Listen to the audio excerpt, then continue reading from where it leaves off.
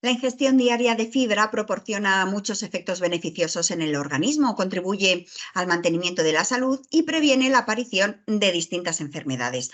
Cuando no se ingieren cantidades adecuadas de fibra, se suele relacionar con la aparición de estreñimiento. En este caso queremos profundizar en los fructooligosacáridos, un tipo de fibra soluble que aporta muchos beneficios para el organismo y también para el estreñimiento. Para resolver esta y otras muchas cuestiones relacionadas con este tipo de fibra, hablamos con el farmacéutico y formador de Laboratorios GEL, José Manuel García Raboso. Hola, ¿qué tal, José Manuel?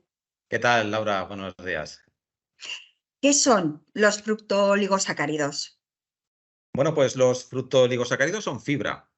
Se conocen también como oligofructosas y forman parte del extenso grupo de la llamada fibra alimentaria. Los hidratos de carbono son uno de los tres grupos de nutrientes que contienen los alimentos. Los otros dos, como sabrás, son las proteínas y las grasas. Los hidratos de carbono son los nutrientes que proporcionan energía en su mayor medida a las células. Los hidratos de carbono, de modo general, se pueden encontrar de tres formas. Por un lado están los en forma de azúcar, como la glucosa, la sacarosa o la lactosa, que son azúcares simples que aumentan rápidamente el azúcar en sangre. Evidentemente hay una gran diferencia entre los azúcares que se encuentran de manera natural en frutas o la leche y los añadidos de manera artificial y que aumentan sin saberlo las ingestas recomendadas de cada uno de los nutrientes. Y aquí quiero hacer un inciso respecto a la ingesta de macronutrientes en general. La energía procedente de una dieta variada y equilibrada debe estar constituida por entre un 10 y un 15% de proteínas, un 20 o un 35% de lípidos, eso sí, menos del 35%, y teniendo en cuenta que menos de un 10% de esos lípidos puedan ser ácidos grasos saturados. Y el resto, más del 50%, deben ser hidrato de carbono.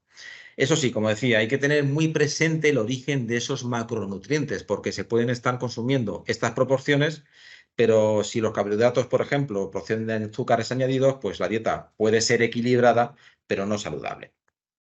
Por otro lado, siguiendo con el tema de los carbohidratos, se pueden encontrar en forma de almidón también, que suben el azúcar en sangre, pero de una manera más lenta. Estaríamos hablando, por ejemplo, del arroz, cereales, legumbres.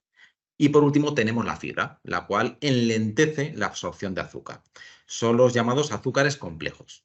Bueno, pues los fructooligosacáridos estarían englobados en este último grupo. La diferencia fundamental entre los distintos tipos de azúcares está en la carga glucémica, es decir, la cantidad de glucosa que llega a la sangre, y el índice glucémico, que sería su velocidad de absorción. Y entonces, ¿por qué la fibra es importante para nuestra salud? La fibra dietética se conoce o se asocia fundamentalmente a su capacidad para prevenir o aliviar el estreñimiento. Eso es lo típico. Pero los alimentos con fibra pueden brindar otros beneficios para la salud. Pero si te parece, antes de ver la importancia de la fibra para nuestra salud, pues es interesante saber qué entendemos por fibra dietética o alimentaria. En términos generales, la fibra sería aquello que no se puede digerir o absorber. Las grasas, las proteínas o el resto de hidrato de carbono se descomponen en el interior de nuestro organismo para su absorción y, por tanto, para aprovechamiento por parte de las células. Pero la fibra no. La fibra atraviesa el aparato digestivo, el estómago, intestino delgado y grueso y sale prácticamente intacta. De hecho, podemos determinar dos tipos de fibra, la fibra soluble y la insoluble. La fibra soluble sería, ya lo dice la palabra, la que se disuelve en agua, dando lugar a una especie de sustancia gelatinosa. Y la fibra insoluble sería la que aumenta el volumen de las heces y favorece el tránsito intestinal. Una dieta alta en fibra va a normalizar las deposiciones, es decir, aumenta el peso y tamaño y las ablanda.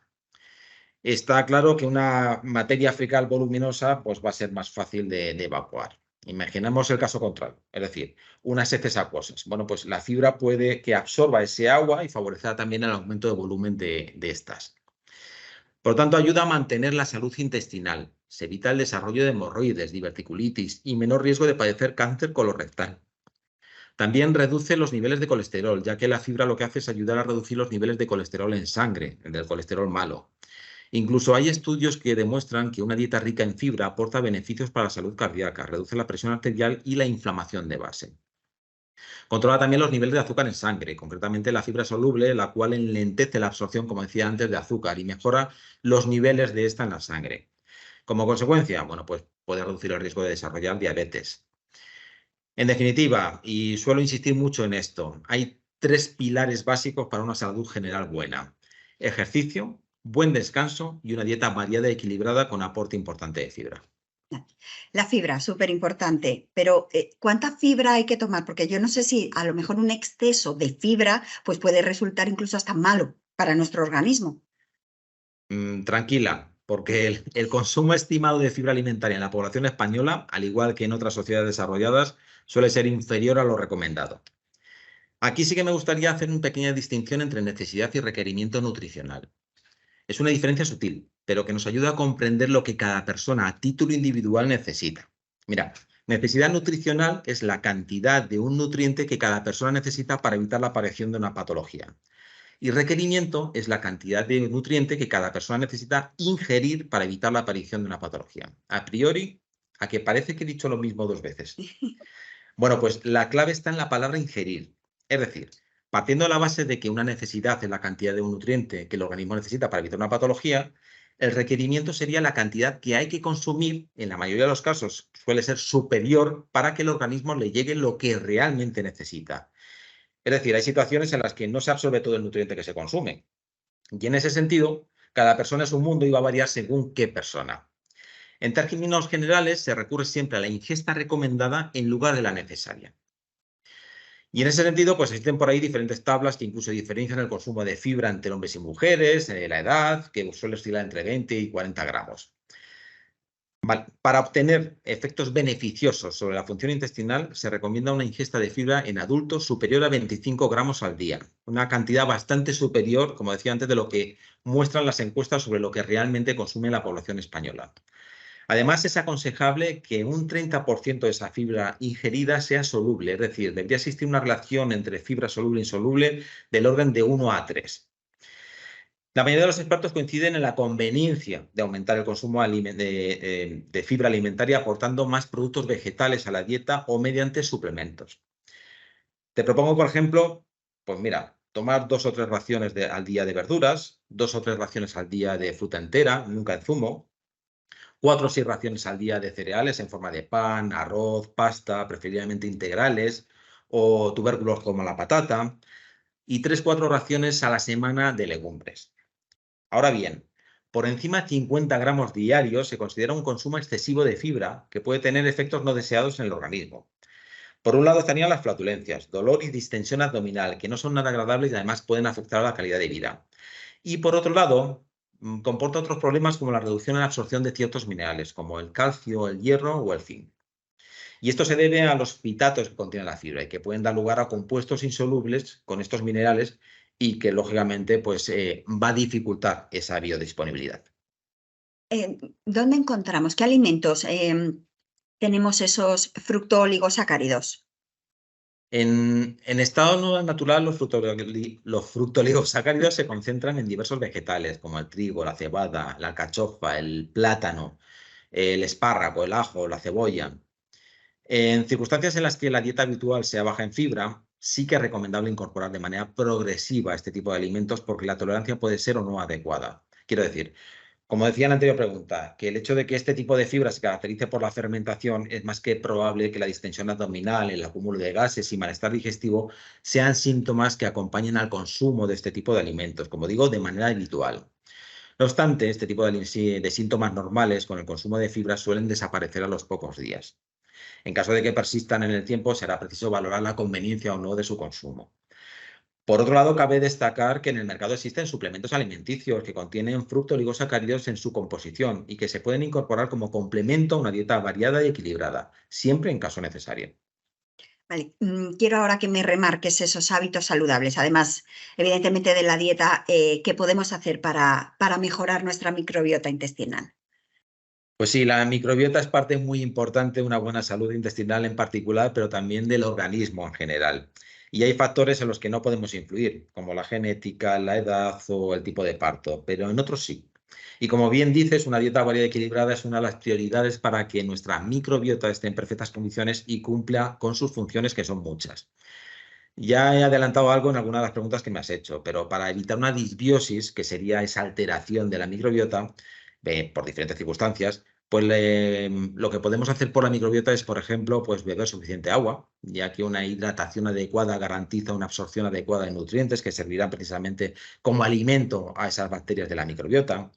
En cuanto a los antibióticos y otros medicamentos, pues en el caso de los antibióticos concretamente, pues se cargan las bacterias patógenas, pero también las beneficiosas, y por tanto hay que procurar no abusar de estos, o mejor dicho, pues hacer un uso razonable de ellos. La práctica de ejercicio regular y moderado garantiza diversidad en la microbiota y favorece que algunos géneros de bacterias como bifidobacterias y lactobacilos se encuentren en cantidades necesarias. Y en cuanto a la dieta, pues evitar el consumo de productos procesados, carnes rojas, aumentar el consumo de fibra y prebióticos en general, como los encurtidos, y descansar. No solo las horas necesarias según la edad, sino mentalmente, evitando el estrés. Recuerda que existe una relación estrecha entre el intestino y el cerebro. Después de todos estos consejos, sigo con estreñimiento. ¿Laxantes sí o laxantes no?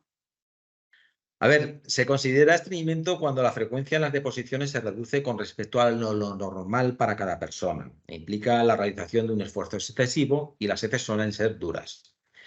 Los laxantes tienen su función y según la necesidad un médico puede recomendar su uso. Con un laxante, evidentemente, lo que se consigue es un alivio de los síntomas de estreñimiento. Sin embargo, los laxantes usados incorrectamente pueden tener un efecto negativo.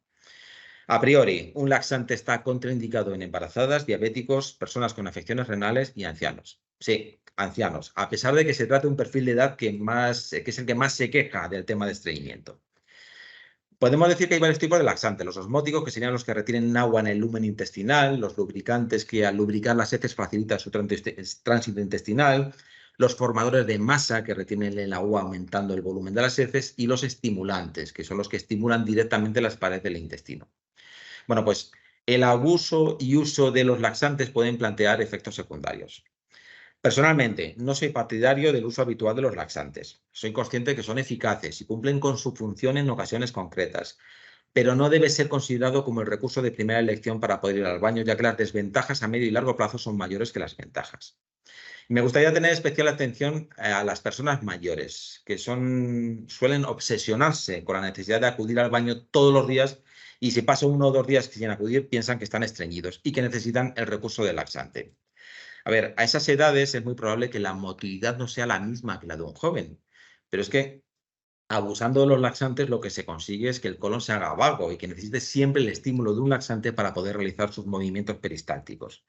O por otro lado, la absorción de vitaminas liposolubles pues, puede dificultarse o dar lugar a calambres. Por tanto, en esas edades es muy importante tener presentes ciertos hábitos saludables para acudir al baño regularmente. Y mira lo que digo, regularmente y no diariamente. Bueno, ya para ir terminando, José Manuel, ¿qué nos recomiendas como farmacéutico para ir regularmente al baño? Vale, pues si te parece, pues damos un repaso a los consejos más habituales para acudir regularmente al baño. Y empezamos por la dieta, ¿vale? Ya que hemos hablado largo y tendido sobre la fibra, y es afirmativo, sí, es necesario incorporarla. Hay que tomar fibra a diario. También hay que pensar en esa gente que recurre a estimulantes como el café. Bueno, me puede valer, pero su consumo debe ser moderado para evitar conseguir el efecto contrario. Por otro lado, siéntate correctamente en el inodoro y el tiempo adecuado. Es decir, la postura para facilitar la evacuación no es la que tenemos en mente o nos obliga a la forma del inodoro de 90 grados, sino que debemos tener una cierta inclinación, pues que con una banquetita nos puede ayudar a adoptarla. Y te hablaba también del tiempo, o sea, de que por mucho tiempo que permanezcamos sentados no voy mejor al baño. Por un lado, pues cuando nuestro cuerpo nos avisa que es el momento, pues hay que buscar el sitio y no aguantarse. Y por otro lado, si tengo dificultades, pues acostumbrar nuestro cuerpo al hábito de ir al baño se puede conseguir sentándonos todos los días, pues unos 5 o 10 minutos a la misma hora, para que se vaya el organismo haciendo la idea. El problema de no ir al baño muchas veces es porque no hay movimiento de los intestinos. Y aunque parezca mentira, haciendo ejercicio, moviendo nuestro cuerpo, pues también hacemos que nuestros intestinos se muevan. Otra opción, por ejemplo, es masajear la tripa suavemente con movimientos rotatorios, beber suficiente agua. Y bueno, si en el caso necesario, pues en el mercado hay complementos alimenticios muy interesantes que combinan cepas probióticas específicas que van a contribuir a mejorar el tiempo total del tránsito intestinal y mejorar la frecuencia y consistencia de las heces, y suficiente fibra para aumentar el volumen de las heces y el peristaltismo intestinal, a la vez que favorecen el equilibrio de la microbiota intestinal.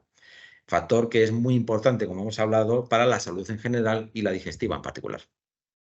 Perfecto. José Manuel, muchísimas gracias por tu tiempo y pasar estos minutos con todos nosotros. Gracias a vosotros y a ti, Laura. Un placer. Gracias, hasta luego.